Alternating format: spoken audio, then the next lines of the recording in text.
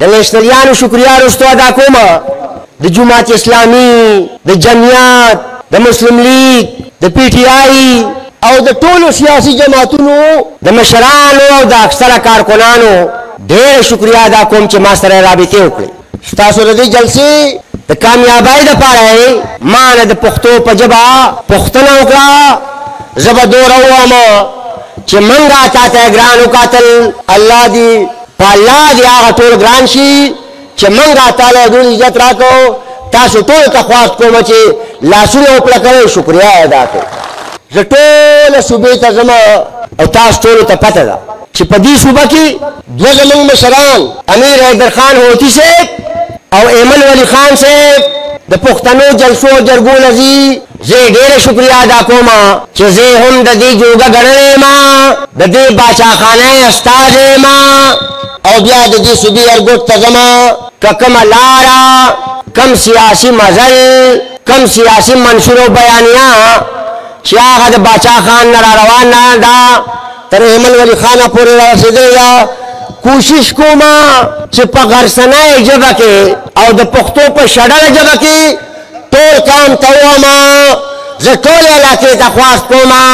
چې د پارټۍ شکریه ادا کوي چې ستاسو د دې خاورې بچې د دې جوګه ګڼلې دی چې هغه تللی شي او د باچاخانۍ تبلیغ کولی شي. دا دې ټولې پښتونخوا ته پته ده او دا د پښتنو ټولې خاورې ته پته ده چې تاسو هغه خلک یې،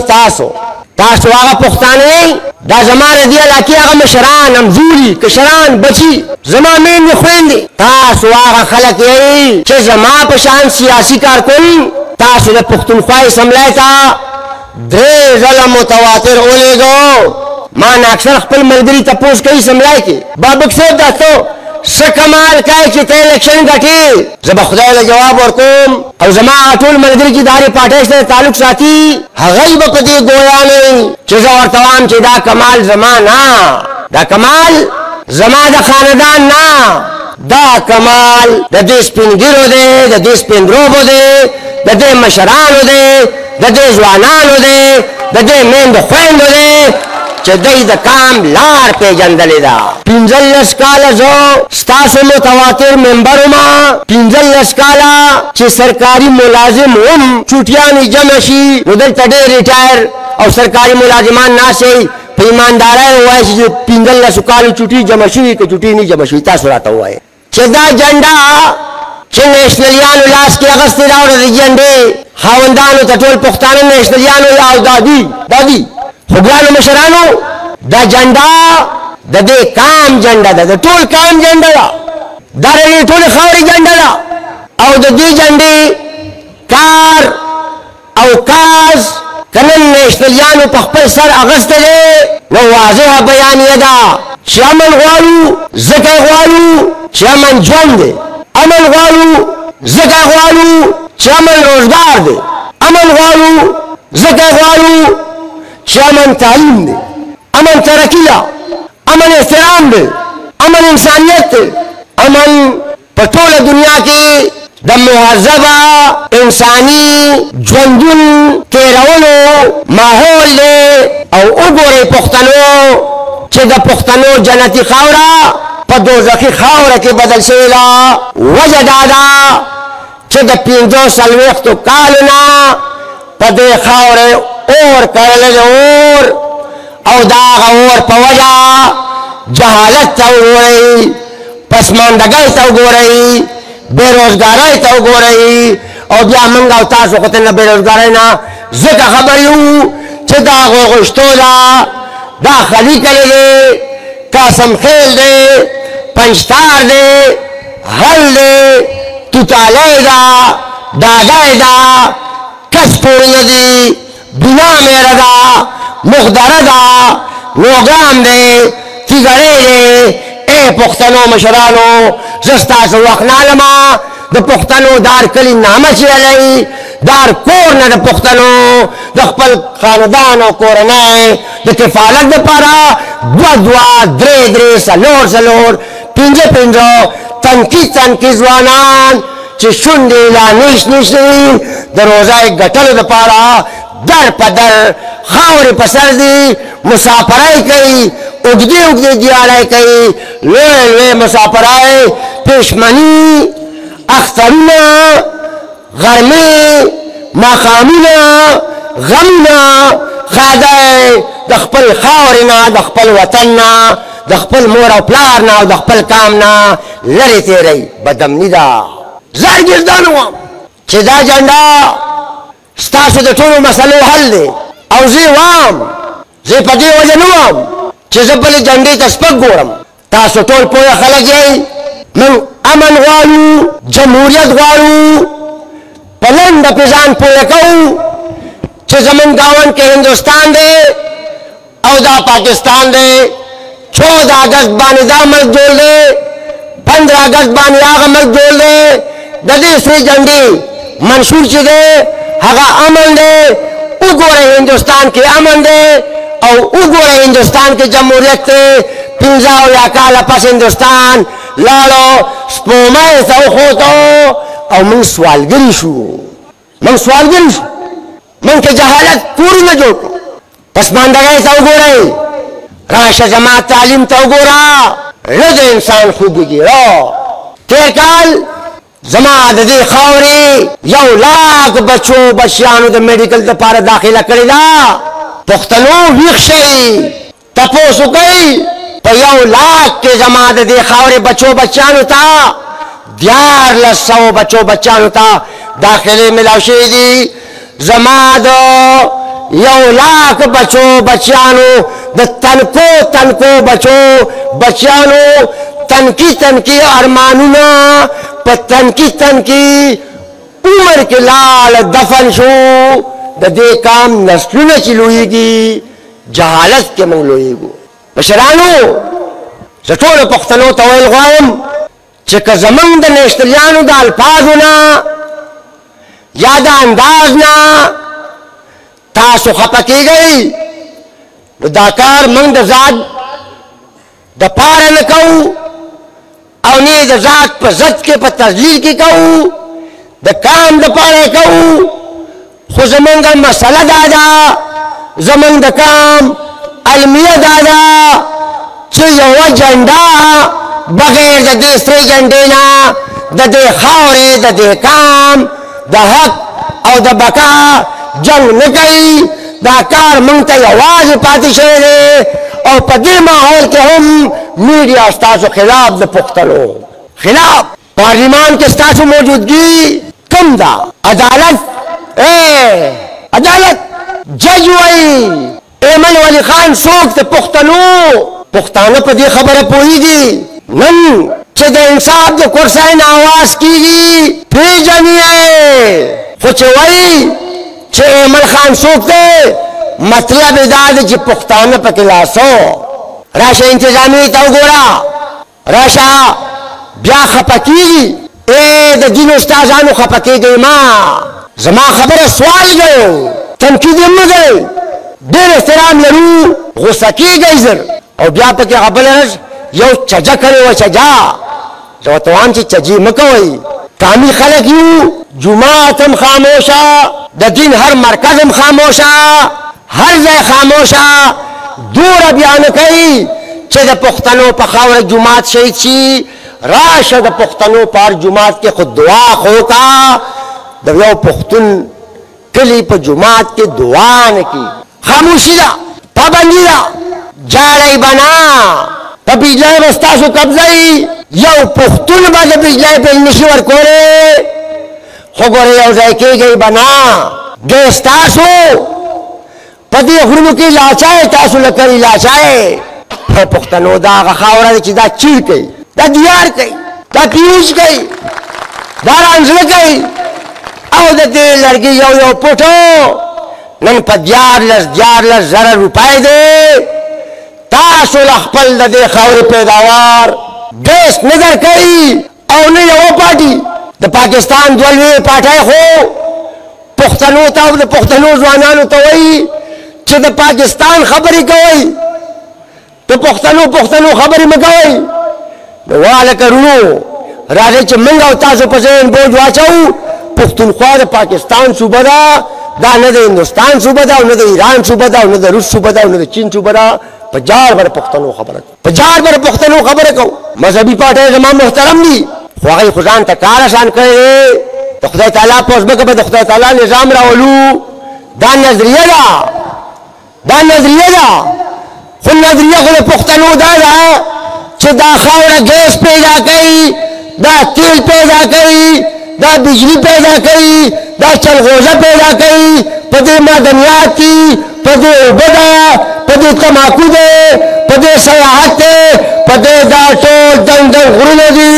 او بیا ډېر افرادي قوت ده د پښتنو چې د پښتنو د موندو په ځوانانو بچو باندې دنیا آباد شوه د سرو سپینو د پاسه ژوندون کو پښتنو د سرو د سپینو د پاسه زمون جاگیر ده زمون ملکیت ده خو نا اتفاق یو لاپروا یو او بیا ارادتن هغه خلک چې پردو جنګونو ته بوتلی وو او بیا زمون ملک چې دا هغه جنګونو برخه ده په هغې کې د دوی ذاتي فایده ده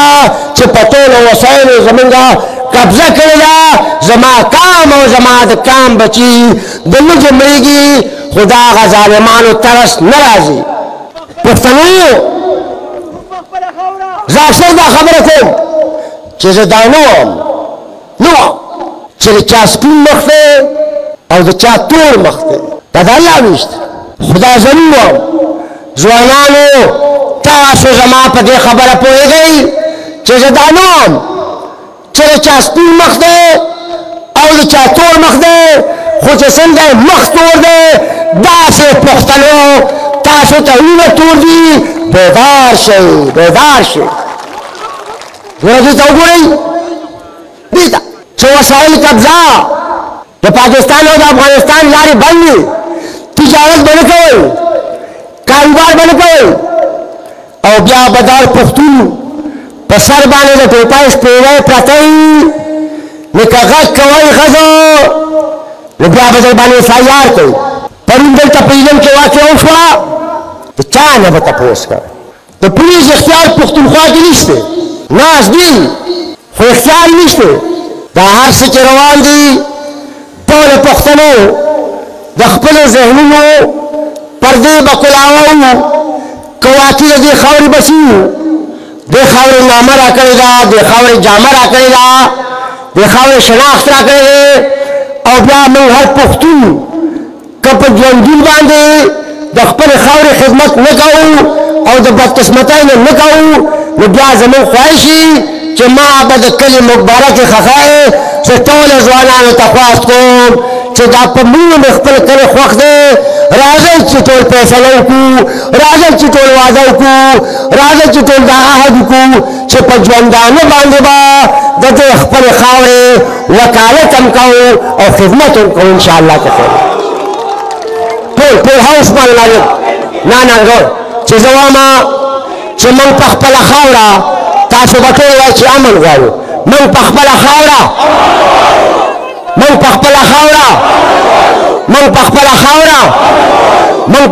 خاوره زه اخیری خبره تاسو ته کوم او ډېره د مطلب خبره کوم ډېره پاکستان کې مخالف سیاسي ګوندونه اکثر موږ له پیغور راکوي وایي دا موروثي سیاست دی دا اورئ زه هغه غریبو ته ویل غواړم زه هغه محترمو ته ویل غواړم چې دا موږ ځوانان چې ناره وو چې باچا خان نه تر ایمل دا ناره نه ده دا تاریخ دی دا نن سفر دی دا ډېر لوی مزل دی او دا مزل دا تاریخ او دا سفر دا د جیلونو نه ډک دی دا د تکلیفونو نه ډک دی دا د تاوانونو نه ډک دی دا نظربندۍ دي دا مالی او جانی تاوانونه دي باچا خان مولاو د دې کام په سب کې ولاړو ملي خان مولاو د دې کام په سب کې ولاړو اسپندیا خان مولاو د دې کام په سب کې ولاړو ایمل خان مولاو د دې کام په سب کې ولاړو او ګوای مخالفت کې د پاکستان نه مخکې نه ځم چې جوړ شو نو کریم خان د دې فوج په خلکو ګولی ورولې ګولی راځه رالنډو مې تر نن وخته وګوره چې دا دلته ذکر شو استقبال خان وې که رؤوف خان وې چې محمود خان ته وګوره پرویز خټک ته وګوره دا هغه د کریم خانای د ذهنیات تسلسل دی چې د کام سره نه ودرېږي د کام سره نشي ودرېږي سیاست د کرسۍ دپاره کوي فرق دا دی چې د باچا خان نه راوالې تر ایمل خان پورې دا پارټي دا جنډا دا سیاست دا د خاورې دپاره دی دا د کام دپاره دی د ټولو پښتنو اخلاقي ذمہداري جوړېږي چې د جنډې سره او د ولي باغ سره لاړ شي خو بدبختي څه ده دا واورئ بدبختي دا ده چې پښتانه نظریاتي سیاست نه کوي په خپلو تربګنو کې عزیزولو کې دشمنو کې په بغض کې په انا کې تا یوه جنډه لګولې ده ما بله جنډه لګولې ده ګنې تاسو سوچ وکئ چې یوازې میشتریان د بجلی بل نشي ورکولی دا خو ټول نشي ورکولی یوازې میشتریان د بدامنۍ نه متاثره دي دا خو باچون متاثره دي یوازې د میشتریانو د کورونو خلک غربت ته مسافرونه تللي دي دا خدای کور تللي دي خو خبره فریاد وکالت صرف دا سره جنډه کوي څوک وایي د اسلام خبره کوه څوک وایي د پاکستان خبره کوه موږ وایو چې د کام او د کام د بچو حق کام لا او کام بچو له ورکول نه اسلام ته خطره ده او نه پاکستان ته خطره ده خو دا سهولتکار دي نو بیا ځکه ما په هغه اسمبلی کې وی چې کینئ محرک کینئ دا مهرې وي دا فرق دی دا فرق دی دا د هر جومات نه اواز پورته کېدل پکار دي د هرې مدرسې نه هر امام له دا خبره د پیغمبر په هغه معراج کول پکار دي د هرې مدرسې محتمم له دا خبره 5 وخته کول پکار دي دا نن د دې خاورې د دې دهشتګردۍ کونډو تعداد شمارئ د یتیمانو تعداد شمارئ ماضیانو ته وګورئ او پښتنو دا د ننګرهار دا د خوست دا د کندوز دا زیرالباد او دا د کابل میندې خویندې چې په دې خاوره څومره تذلیل کېږي تذلیل یا پښتنو یا پښتنو پښتاني وینا جبه خټه کام کامیت دا یو دی د یو نیکه اولاد یو چې دا جبه یې رانه مورنۍ واخېسته دلته یې رانه واخېسته هلته دا کوشش روان دی دا یې رانه د دې دپاره واخېسته چې پښتانه پاتې نه شو زه دا نه وایم الله دې هغه رض رانولي خو ځان ته وګورئ په دې میډیا په کلاو زموږ میندې خویندې پښتنې تذلیله کېږي بغیر د دې سرې جنډې نه یوه پارټي اواز نشي پورته کولی ټولو پښتنو له ډاډ ورکوو دا که د لر دي او دا که د بر دي چې دا جنډه د دې کام د سر شوی دی او دا ټوپی مه ګڼئ دا د دې کام شمله د شمله او د دې کام هر وګړي له پکار دي چې د دې مظلومه کام دا شمله په خپل سر کېږي دا کام به پرې مخه ښکاري پښتانه به پرې مخه ښکاري پښتنو زه منم زه دا منم چې ډېره موده تېره شوه خو دا به ټول منو چې پښتانه راغونډېږو به اجرې له به په جرګه ځو بازار له به په جرګه ځو عدالت له به په جرګه ځو صحافت له به په جرګه ځو جومات له به په جرګه ځو مدرسې له به په جرګه ځو او سکول له به په جرګه ځو او دا خپل ژوند دا به واپس دی خپل کام لا د خپلو بچو لا راوړو انشاءالله ستاسو ټولو ما سره وعده ده که نه خپله خاوره خپل اختیار خپله خاوره خپل اختیار خپله خاوره خپل اختیار